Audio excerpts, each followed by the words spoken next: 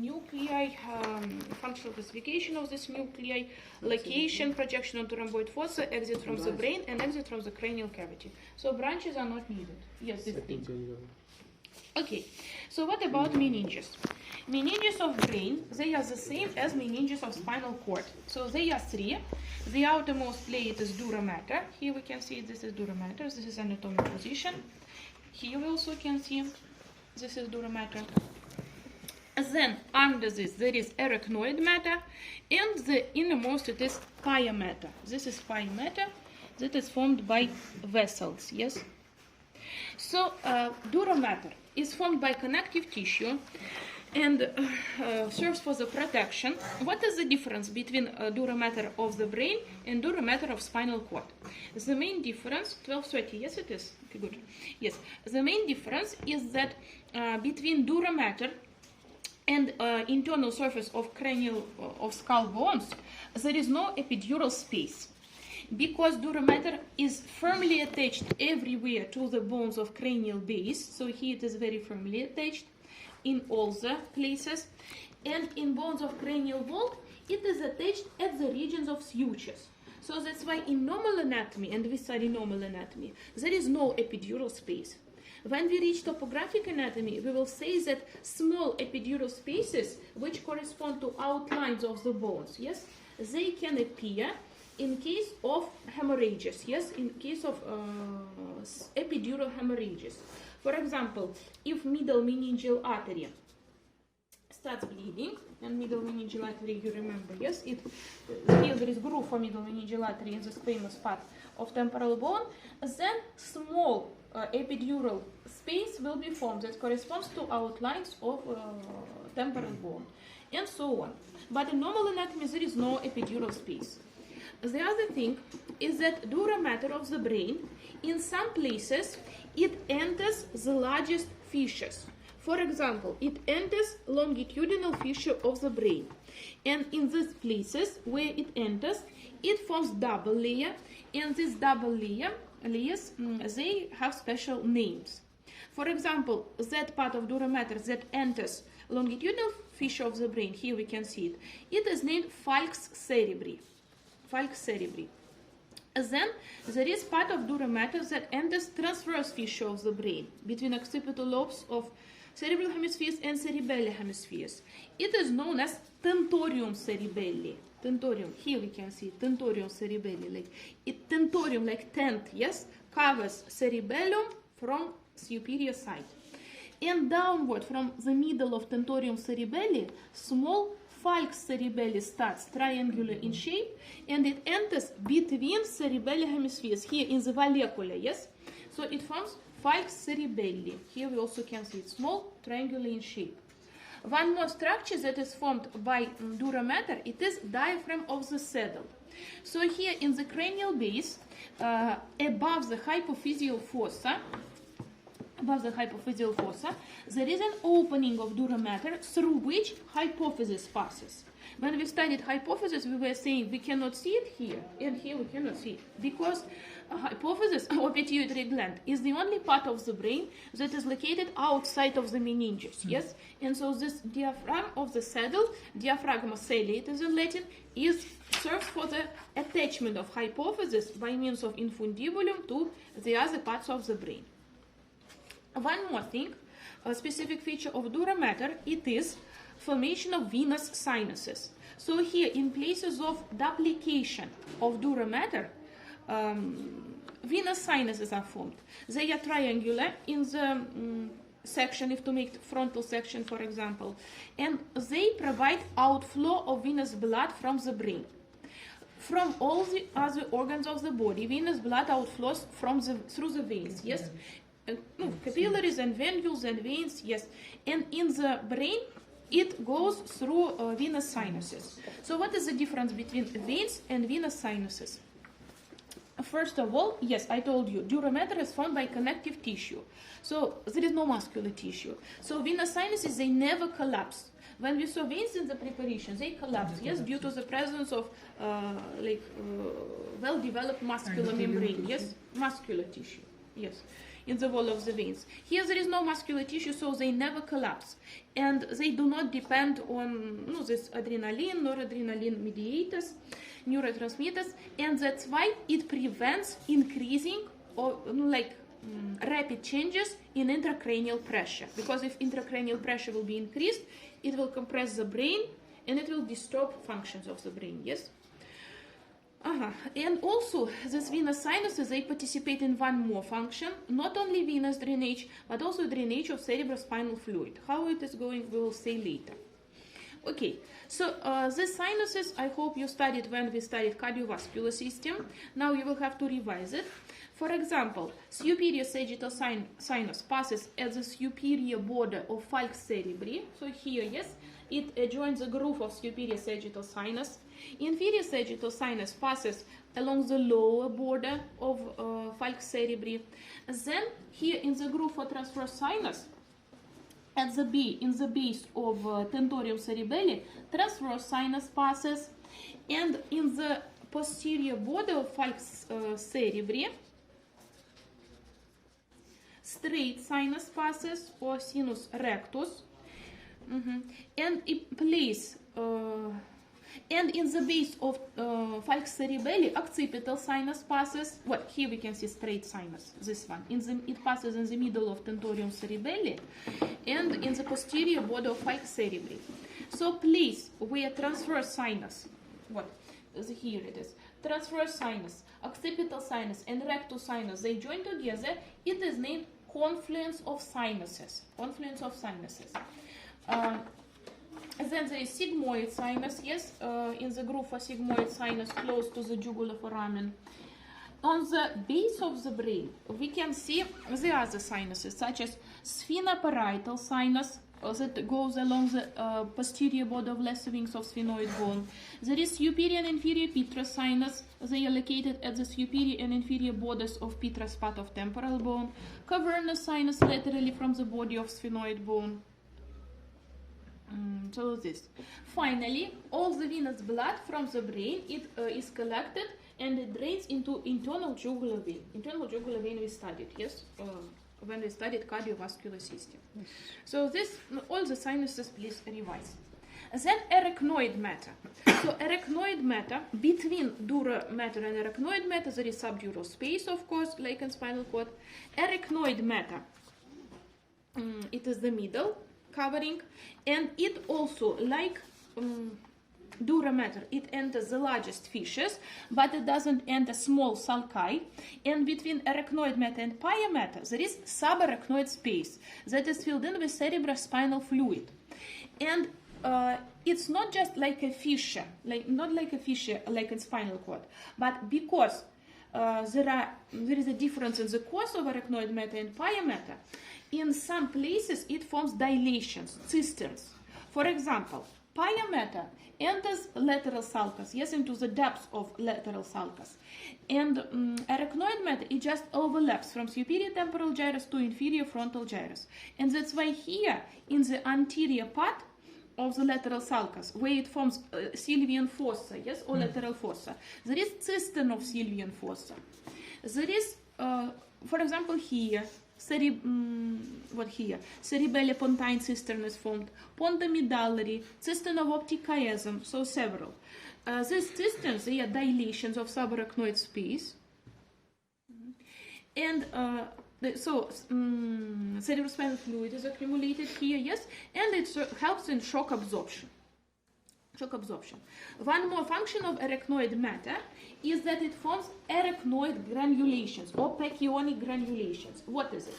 Like these are outgrowths of arachnoid matter, and these outgrowths, they enter venous sinuses, this superior sagittal sinus especially, and they have very thin walls, so with very high permeability, and through them cerebrospinal fluid passes and goes back to the bloodstream, because it is formed from the blood by means of choroid plexus, yes, and it should get back into the blood, into superior sagittal sinus especially. So is it only the way from subarachnoid space to the venous?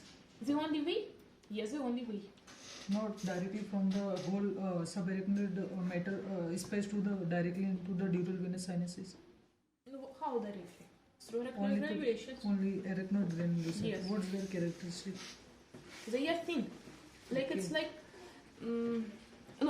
a single layer of endothelium also. And there are like sinusoids, like fenestrated capillaries. Understand. Так, okay. And pia matter.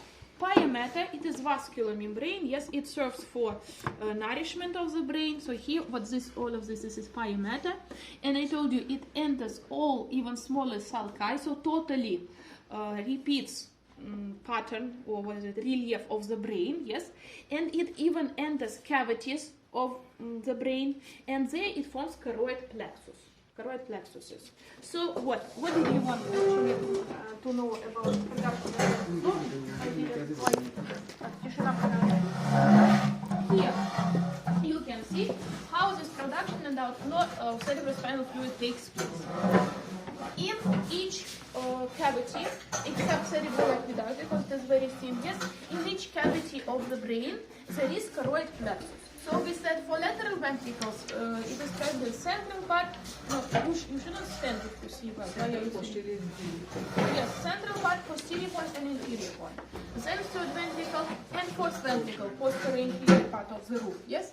So by means of filtration, the cerebrospinal fluid is produced and it enters cavities. And then it starts its movement. It goes through one row foramen to third ventricle, through Sylvian aqueduct it goes to fourth ventricle. Some part of cerebrospinal fluid goes to central canal of spinal cord, but most part outflows through these three openings. Yes, median aperture, that is Magendie aperture, and lateral they appeared Luschke apertures. And they outflow to pontomedullary and cerebellopontine cisterns of subarachnoid space. And then via the subarachnoid space, it reaches region of superior sagittal sinus. Actually, arachnoid granulations are present not only in superior sagittal sinus, but they are especially many. And so here we can see these protrusions, yes, and through them, like it goes back, it like penetrates, or how it passes through very thin wall of arachnoid granulations and goes back to the bloodstream. So totally, as the lecture I told you, every day 600 grams, yes, 600 milliliters, yes, of cerebrospinal fluid are produced every day. And total, yes, only 150 milliliters, it is like volume. Circulation. Yes. So cerebrospinal fluid is renewed 4 times a day. 4 times a day. So this 6 hours per 6 hours per day. Each 6 hours, yes, each 6 hours it is renewed. So totally new cerebrospinal fluid. Okay, what else? It was about production and outflow of cerebrospinal fluid. Now conducting tracts. So at the next lesson, you will have to draw conducting tracts. So at the lecture, I also told you that conducting tracts, according to the direction of fibers, yes, they are divided into ascending and descending, sensory and motor. And also, according to the connection with cortex, they are divided into conscious and unconscious.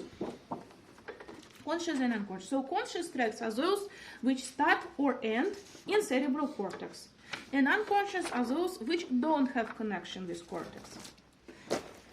Okay, so which tracts? You will have to study all the tracts except tracts of special sensitivity. Tracts of special sensitivity we will study when it will be organs of sense. All the rest you have to study, conscious and unconscious. 8, you will have to be able to draw. So to be able to draw, you first have to revise how to draw reflex arch, because all the structures which were in the reflex arch, they should be present here. So this is not quite correct diagram, for example. Here we also should have receptor, yes? So receptor should be present, you should check. You should check for the presence of synapse between axon and body of the next neuron. So everything you should check. When you classify the tracts, you should mention a number of neurons, so how many neurons does this tract contain? So conducting tract, it is a chain of neurons, yes, that starts from somewhere and ends somewhere. So number of neurons you should mention. You should mention presence of decussation, so presence of that place when fibers move to the opposite side, like from the right to the left or from the left to the right. And you should also mention how many times it decussates and if it is complete decussation or not. So if all the fibers decussate or only part of fibers, so complete or partial decussation, yes? Yes. And if there is decussation, you should mention absence of which order neuron forms this decussation, yes? So this is complete characteristics. So among the ascending tracts, first of all, you have to draw conscious tracts, which are lateral spinothalamic and anterior spinothalamic. Lateral spinothalamic tract is a tract of pain and temperature, so it carries impulses, information about pain and temperature. Anterior spinothalamic tract is a tract of touch and pressure. So body of first order neuron, yes, what I forgot to tell you, that names of ascending tracts, they are given to them according to the location of bodies of second order neuron and third order neuron. What order, this order I'm telling, every time each group is asking what am I saying, what first order neuron I'm saying. For spinothalamic tracts, body of second order neuron is located in spinal cord and body of third order neuron is located in the thalamus. Why do not we consider location of first order neuron? Because for all the ascending tracts, it is in the ganglia, yes? If it is the tract that starts from spinal cord, it is dorsal root ganglion. If these are tracts which start, which pass inside the cranial nerves, then it is sensory ganglia of this cranial nerves, like for example for nuclear thalamic tract, yes? Okay, so lateral spinothalamic tract we will start. Body of the first order neuron is located in the dorsal root ganglion. Then axons of it enter spinal cord through posterolateral sulcus, and here in posterior horn of spinal cord, they form synapse with body of the second order neuron. Axons of the second order neuron decussate, move to the opposite side, and they start moving upward in the lateral funiculus, contralateral, lateral funiculus of spinal cord. They pass through medulla oblongata, they form spinal lemniscus, yes, pass through medulla oblongata, pons, midbrain, reach, also pass through internal capsule, yes, reach ventrolateral, no, don't pass through internal capsule yet, reach ventrolateral nuclei of thalamus, where they form another synapse with bodies of third order neurons. And axons of third order neurons pass through internal capsule, they form thalamocortical tract, yes, no, not tract, thalamocortical fibers, let's say so. And these axons of third order neurons, they end in cortex, is in primary somatosensory area of cerebral cortex. It is what? It is postcentral gyrus, yes? If to be more precise, fourth layer of cortex of postcentral gyrus. Area number 312. Let it be, okay. Yes. So, anterior spinothalamic tract, that is tract of touch and pressure. Here it is absolutely the same, except the place where fibers of second order neuron pass through spinal cord. So again, body of first order neuron is located in dorsal root ganglion. Axons enter through posterolateral sulcus, form synapse with bodies of second order neurons which form sensory nuclei in the posterior horn, yes? Then axons of second order neuron decussate and they start passing in the anterior funiculus, contralateral anterior funiculus of spinal cord. So again they move upward, pass through medulla oblongata, pons, midbrain, reach ventrolateral nuclei of thalamus where they form again synapse. And axons of third order neuron again reach postcentral gyrus, yes? Yes.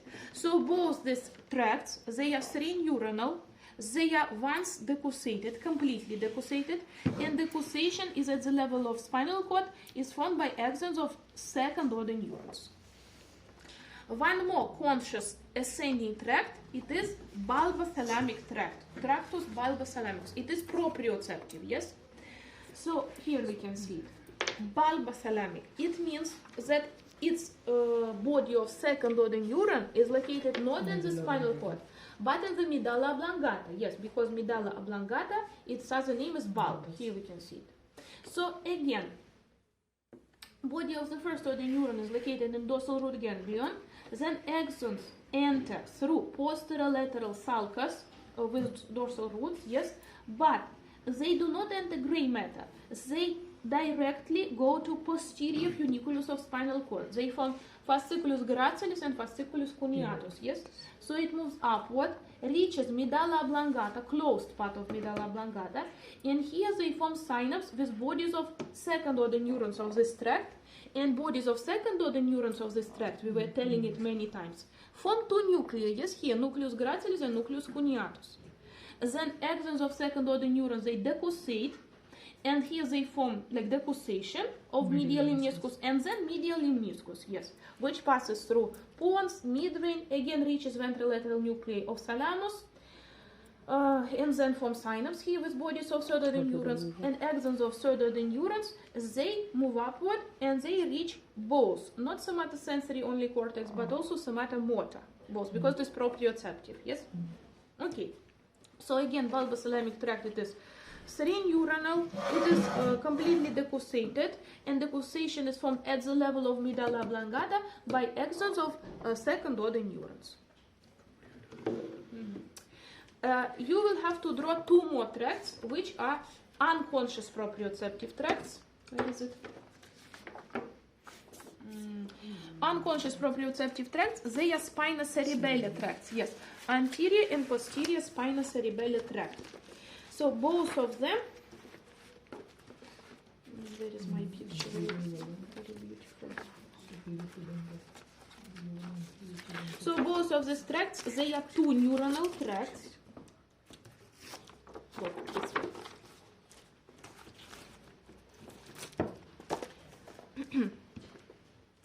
Two neuronal tracts, but the only difference is that posterior spina cerebellar tract, it's non-decussated, and anterior spina cerebellar tract, it is twice decussated. So we'll start with posterior spina cerebellar tract, or dorsal spina cerebellar tract, or flexix tract, it's also named. So its first order neuron, body of its first order neuron, is located again in the dorsal root ganglion. Then axons of first order neuron enter spinal cord through posterior lateral sulcus, form synapse with body of second order neuron that is located in the posterior horn. Yes. Axons of second order neuron, they do not decussate. They directly move to ipsilateral of the same side, yes, lateral funiculus, moves upward, reaches medulla oblongata, and from medulla oblongata it enters cerebellum through inferior cerebellar peduncles. Yes. Anterior spina cerebellar tract, or ventral, or Hover's tract. Its first order neuron is again in the dorsal root ganglion. Then axons enter through posterior lateral sulcus, forms synapse with body of the second order neuron. Then axons of the second order neuron decussate completely, and they start moving upward through contralateral, in contralateral lateral funiculus of spinal cord. They pass through medulla oblongata, pons, midbrain. At the level of the midbrain, at the superior medullary veil, it forms another decussation and enters cerebellum through superior cerebellar peduncles. So posterior spina cerebellar tract is non-decussated, and anterior spina cerebellar tract, it is twice decussated. Anyway, for both posterior and anterior spina cerebellar tracts, their fibers end on ipsilateral cerebellar hemisphere, yes? Okay, so that is it. These are ascending tracts. Among descending tracts, there are also conscious and unconscious. You will have to draw only conscious, corticospinal and corticonuclear tracts. So we'll start from corticospinal. Both of them, corticospinal and corticonuclear, they are pyramidal tracts because their first order neurons are located in fifth layer of cerebral cortex. They are giant pyramidal cells or bed cells. So first, let it be lateral. Body of the first order neuron is located in the cortex of precentral gyrus in the fifth layer, and then axons of first order neuron start to descend, pass through posterior limb of internal capsule, through cerebral peduncles of midbrain, pons, medulla oblongata, and at the level of pyramid decussation, all the fibers, they completely decussate and move to the opposite side, yes, to the lateral funiculus. And in the lateral funiculus, they continue descending until they reach segments they need, where they form synapse with neuron, body of neuron, second order neuron in the anterior horn, and axons of second order neuron, they leave spinal cord through anterolateral sulcus with ventral root and reach skeletal muscles. Yes, reach target organ. Where should we see it? Don't forget to draw sinus. Yes, the last one. Not like that, but correctly. So it goes to the skeletal muscle. So lateral corticospinal tract, it is two neuronal, completely decussated, and decussation is formed by axons of first order neuron. Anterior corticospinal tract again starts from the same fifth layer of cortex of precentral gyrus, passes also through posterior lymphointernal capsule, cerebral peduncles, pons, medulla oblongata, but it does not decussate at the level of pyramid decussation, continues moving downward in the anterior funiculus, and most part of fibers, it decussates at the level of their synapse, in that segment where they form synapse with bodies of second order neurons. So the decussate move to the opposite side, form synapse, and axons of the second order neurons leave spinal cord through anterolateral sulcus and reach skeletal muscle.